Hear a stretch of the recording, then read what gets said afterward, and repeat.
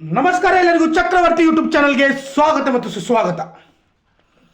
ಒಬ್ಬ AICC ಅಧ್ಯಕ್ಷನಿಗೆ ಈ ರೀತಿ ಪರಿಸ್ಥಿತಿ ಬಂದಿರಬೇಕಾದ್ರೆ ಒಬ್ಬ ಸಾಮಾನ್ಯ ವ್ಯಕ್ತಿಗೆ ಯಾವ ರೀತಿ ಪರಿಸ್ಥಿತಿ ಬರಬಾರದು ಅನ್ನೋದನ್ನು ನಾವು ವಿಶ್ಲೇಷಣೆ ಮಾಡ್ತಾ ಹೋದಾಗ ಯಾವುದೇ ದರಿದ್ರ ಮೀಡಿಯಾಗಳು ಈ ಒಂದು ವಿಷಯವನ್ನು ದೊಡ್ಡ ಮಟ್ಟಕ್ಕೆ ಪ್ರಸಾರ ಮಾಡಲಿಲ್ಲ. ಇವತ್ತು ನಮ್ಮದು ಅಜಿತ್ ಹನುಮಕ್ಕನವರ್, ಆಮೇಲೆ ರಂಗಣ್ಣ, ಇವರು ಕೇವಲ RSSನ ಪ್ರಚಾರವನ್ನು, RSSನ ಹೇಳಿಕೆಗಳನ್ನು ಮಾತ್ರ ಮತ್ತು ಟೆಲಿಕಾಂಪ್ರೇಟರ್ ಇಟ್ಕೊಂಡು ಮಾತಾಡ್ತಕ್ಕಂಥ ನರೇಂದ್ರ ಮೋದಿಯವರ ಭಾಷಣ, ಒಂದು ಕಡೆ ಮಣಿಪುರ ಹತ್ತಿ ಉರಿದ್ರು ಕೂಡ ಅದರ ಬಗ್ಗೆ ಮಾತಾಡದಿರ್ತಕ್ಕಂಥ ಗೃಹ ಮಂತ್ರಿ ಆಗಿರ್ತಕ್ಕಂಥ ಅಮಿತ್ ಶಾ, ಆ ವ್ಯಕ್ತಿಯ ಮಾತುಗಳನ್ನು ಮಾತ್ರ ಏನಪ್ಪ ಅಂದ್ರೆ ತಮ್ಮ TV ಚಾನೆಲ್ದಾಗ ಇಟ್ಕೊಂಡ TRPಯನ್ನು ತಗೊಳ್ತಕ್ಕಂಥ ಕೆಲಸವನ್ನು ಇವರು ಮಾಡ್ತಾ ಇರ್ತಾರೆ. ಆದ್ರೆ ಮತ್ತು ಕೊನೆಗೆ ಏನು ಹೇಳ್ತಾರಪ್ಪ ಅಂದ್ರೆ ಹಿಂದೂ ಖತ್ರೆ ಮೇ ಹೇ. 80 ಕೋಟಿ ಜನಸಂಖ್ಯೆ ಇರ್ತಕ್ಕಂಥ ಈ ನನ್ನ ಭಾರತ ದೇಶದಲ್ಲಿ ಹಿಂದೂಗಳು ಕಷ್ಟದಲ್ಲಿದ್ದಾರೆ, ಸಂಕಷ್ಟದಲ್ಲಿದ್ದಾರೆ.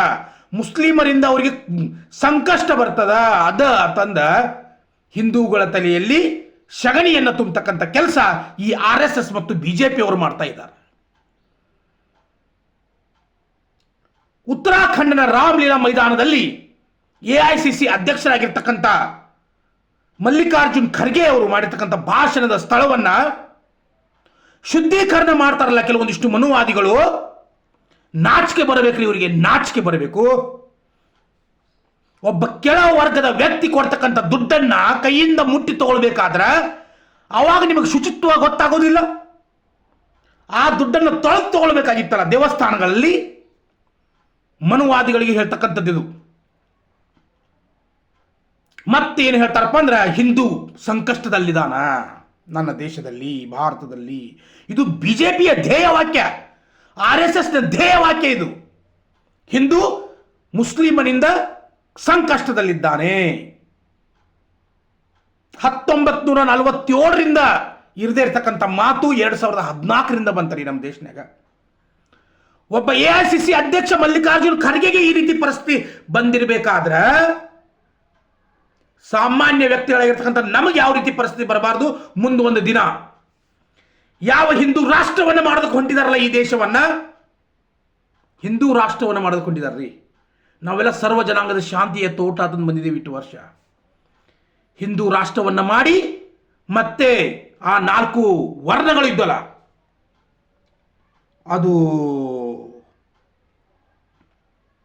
ಏನಪ್ಪಾ ಅಂದ್ರೆ ಶೂದ್ರರನ್ನ ಕಾಲಾಗ ಹಾಕಿ ತುಳಿತಕ್ಕಂಥ ಒಂದು ಪದ್ಧತಿ ಏನಿತ್ತಲ್ಲ, ಆ ಮನಸ್ಮೃತಿಯ ಧ್ಯೇಯ ವಾಕ್ಯಗಳು, ವಿಚಾರಗಳು ಏನು ಇದ್ದು ಅಲ್ಲ, ಅವು ಎಲ್ಲವೂ ಕೂಡ ಬ್ರಾಹ್ಮಣ, ಕ್ಷತ್ರಿಯ, ವೈಶ್ಯ ಮತ್ತು ಶೂದ್ರ ಅಂತಕ್ಕಂಥ 4 ವರ್ಣಗಳನ್ನು ಜಾರಿಗೆ ತರ್ತಕ್ಕಂಥ ಯೋಚನೆ ಈ BJPಯರದ್ದು, ಈ ಮನುವಾದಿಗಳದು, ಈ RSSದವ್ರದ್ದು. ಇದನ್ನು ತಿಳ್ಕೊಳ್ಬೇಕಾಗ್ತದೆ ನಾವು. ಈ ದೇಶದಲ್ಲಿ ಯಾಕೆ ಎಲ್ರಿಗೂ ನ್ಯಾಯ ಸಿಗ್ತಾ ಇಲ್ಲ ಗೊತ್ತೇನ್ರಿ? ಈ ಮನುವಾದಿಗಳು ಇರೋದ್ರಿಂದ. ಇವರು ಹಿಂದೂ ಮುಸ್ಲಿಂ ಅಂತಕ್ಕಂಥ ಭೇದ ಭಾವ, ಜಗಳ, ಧರ್ಮಗಳ ಮಧ್ಯೆ ಬೆಂಕಿ ಹಚ್ಚತಕ್ಕಂಥ ಕೆಲಸವನ್ನ ಈ ಮನುವಾದಿಗಳು ಮಾಡ್ತಾ ಇದ್ದಾರೆ. ಒಬ್ಬ ಸಮೀರ್ ಹೆಬ್ಡಿ ಒಂದು ಹೆಣ್ಣಿನ ಪರವಾಗಿ ಧ್ವನಿ ಎತ್ತಿದ್ರೆ ಈ ದರಿದ್ರ ಮೀಡಿಯಾದವರು, ಇದೇ ರಂಗಣ್ಣ, ಇದೇ ಹನುಮಕ್ಕನವರ್, ಅವನನ್ನ ಮುಲ್ಲಾ ಅಂತ ಕರೆದ್ರು. ಉದ್ದೇಶ ಏನಾಗಿತ್ತು ಗೊತ್ತೇನ್ರಿ? ಸಮೀರನ್ನ ಬೈಯೋದಲ್ಲ, ಅತ್ಯಾಚಾರಿಗಳನ್ನ ರಕ್ಷಣೆ ಮಾಡೋದಾಗಿತ್ತು. ಅತ್ಯಾಚಾರಿಗಳನ್ನ ರಕ್ಷಣೆ ಮಾಡೋದಾಗಿತ್ತು. ಒಂದು ಮುಸ್ಲಿಂ ಧರ್ಮವನ್ನ ಕಾಲ ಹಾಕಿ ತುಳಿಯೋದಾಗಿತ್ತು. ಸಮೀರನ್ನ ತೇಜೋವಧೆ ಮಾಡೋದಲ್ಲ ಇಲ್ಲಿ. ಆದ್ರೆ ಒಬ್ಬ ಮಲ್ಲಿಕಾರ್ಜುನ್ ಖರ್ಗೆ, ವಿರೋಧ ಪಕ್ಷದ ನಾಯಕ ಮಲ್ಲಿಕಾರ್ಜುನ್ ಖರ್ಗೆ, ಆ ವ್ಯಕ್ತಿ ಮಾಡಿರ್ತಕ್ಕಂಥ ಭಾಷಣದ ಸ್ಥಳವನ್ನ, ಉತ್ತರಾಖಂಡ್ನ ರಾಮಲೀಲಾ ಮೈದಾನವನ್ನ ಶುಚಿತ್ವ ಮಾಡ್ತೀರಲ್ಲ ನೀವು. ನಿಮ್ಮಲ್ಲಿ ಶುಚಿತ್ವ ಮಾಡ್ತಕ್ಕಂಥ ಶಕ್ತಿ ನಿಮಗೇನಾದ್ರೂ ಇದ್ರ, ಈ ದೇಶದಲ್ಲಿ ಎಷ್ಟೋ ದಲಿತರದಾರ, ಅವರನ್ನ ಯಾಕೊಂದು ನೀರನ್ನ ಹಾಕಿ ಶುಚಿತ್ವ ಮಾಡಬಾರ್ದು ನೀವು? ಯಾಕೆ ಶುದ್ಧೀಕರಣ ಮಾಡಬಾರ್ದು ಅವರನ್ನ? ಆಗೋದಿಲ್ಲ ನಿಮ್ಮ ಕೈಯಿಂದ. ಕೇವಲ ಕಟ್ಟೆ, ಮಣ್ಣು ಇದನ್ನು ಮಾತ್ರ ಶುದ್ಧೀಕರಣ ಮಾಡ್ತೀರಿ. ಮನುಷ್ಯನನ್ನ ಶುದ್ಧೀಕರಣ ಮಾಡೋದಕ್ಕೆ ಸಾಧ್ಯ ಆಗೋದಿಲ್ಲ. ನಾಚಿಕೆ ಬರಬೇಕು ನರೇಂದ್ರ ಮೋದಿ ಅವರಿಗೆ ಮತ್ತು ಅಮಿತ್ ಶಾ ಅವರಿಗೆ. ಇದರ ಬಗ್ಗೆ ಧ್ವನಿ ಎತ್ತಲಿಲ್ಲ ಇವರು, ಇದ್ರ ಬಗ್ಗೆ ಮಾತಾಡಲಿಲ್ಲ ಇವರು. ಉದ್ದುದ್ದ ಭಾಷಣ ಬಿಗಿತಾರೆ ಇವರು. ಹಿಂದೂ ಸಂಕಷ್ಟದಲ್ಲಿದ್ದಾನ, ಹಿಂದೂ ಆಗದ, ಹಿಂದೂ ಹಿಂಗದ ತಂದ. ಆದ್ರೆ ಜಾತಿ ವ್ಯವಸ್ಥೆ ಇವತ್ತು ಕೂಡ ಅಸ್ಪೃಶ್ಯತೆ ಅಂತಕ್ಕಂಥದ್ದು ತಾಂಡವಾಡಾಗದಲ್ಲ ದೇಶದಲ್ಲಿ. ಇನ್ನು ಸಾಮಾನ್ಯ ಜನರ ಪರಿಸ್ಥಿತಿ ಏನಾಗಬೇಕು?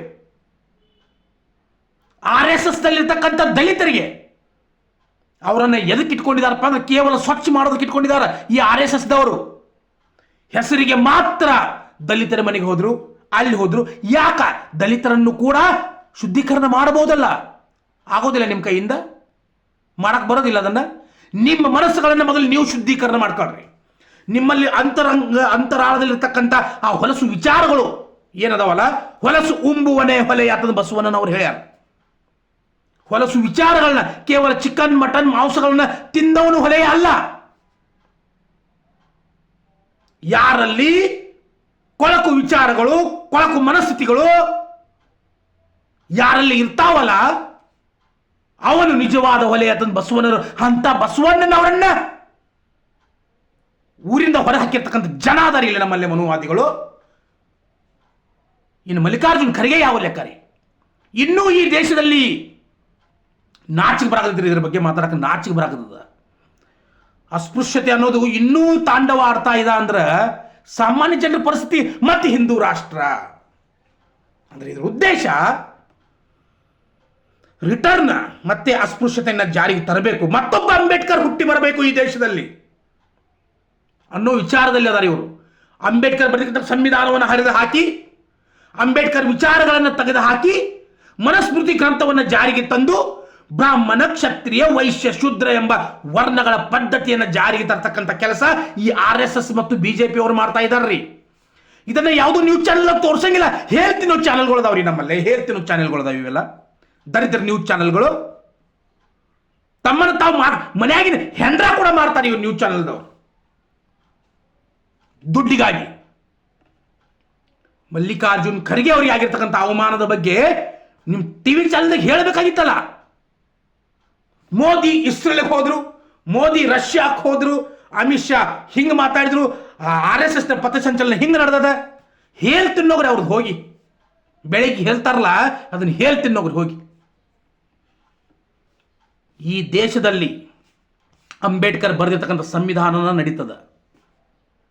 ಬೇರೆ ಯಾವ ನನ್ನ ಮಗ ಬರೆದಿರ್ತಕ್ಕಂಥ ಒಂದು ಸಾಮಾನ್ಯ ಒಂದು ಪುಸ್ತಕ ಕೂಡ ನೀಡಕ್ಕೆ ಸಾಧ್ಯ ಇಲ್ಲ.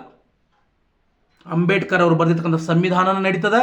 ಅಸ್ಪೃಶ್ಯತೆ ಅಂತಕ್ಕಂಥದ್ದು ಇನ್ನೊಮ್ಮೆ ಎಲ್ಲಾದರೂ ಕಂಡು ಬಂದ್ರೆ ಕಾನೂನಿನ ಪ್ರಕಾರ ಹೋರಾಟ ಮಾಡಬೇಕಾಗ್ತದೆ. 100% ಮುಂಬರ್ತಕ್ಕಂಥ ದಿನಗಳಲ್ಲಿ ಬಿಜೆಪಿಯ ಪರಿಸ್ಥಿತಿ ಏನಾಗ್ತದೆ ಅಂದ್ರೆ ಅದನ್ನು ನಾನು ಹೇಳೋದಿಲ್ಲ, ನೀವು ಕಣ್ಣಾರೆ ನೋಡ್ತೀರಿ. RSS ಮುಕ್ತಾಯಕ್ಕೆ ಬಂದದ 100% ಬರ್ತದ. ಜಾತಿಹೀನ ಮನೆಯ ಜ್ಯೋತಿತಾಹೀನವೇ ಕುಲವೆಂದು ಹೊಡೆದಾಡಿದಿರಿ, ನಿಮ್ಮ ಕುಲದ ನೆಲೆಯನ್ನಾದರೂ ಬಲ್ಲಿರ.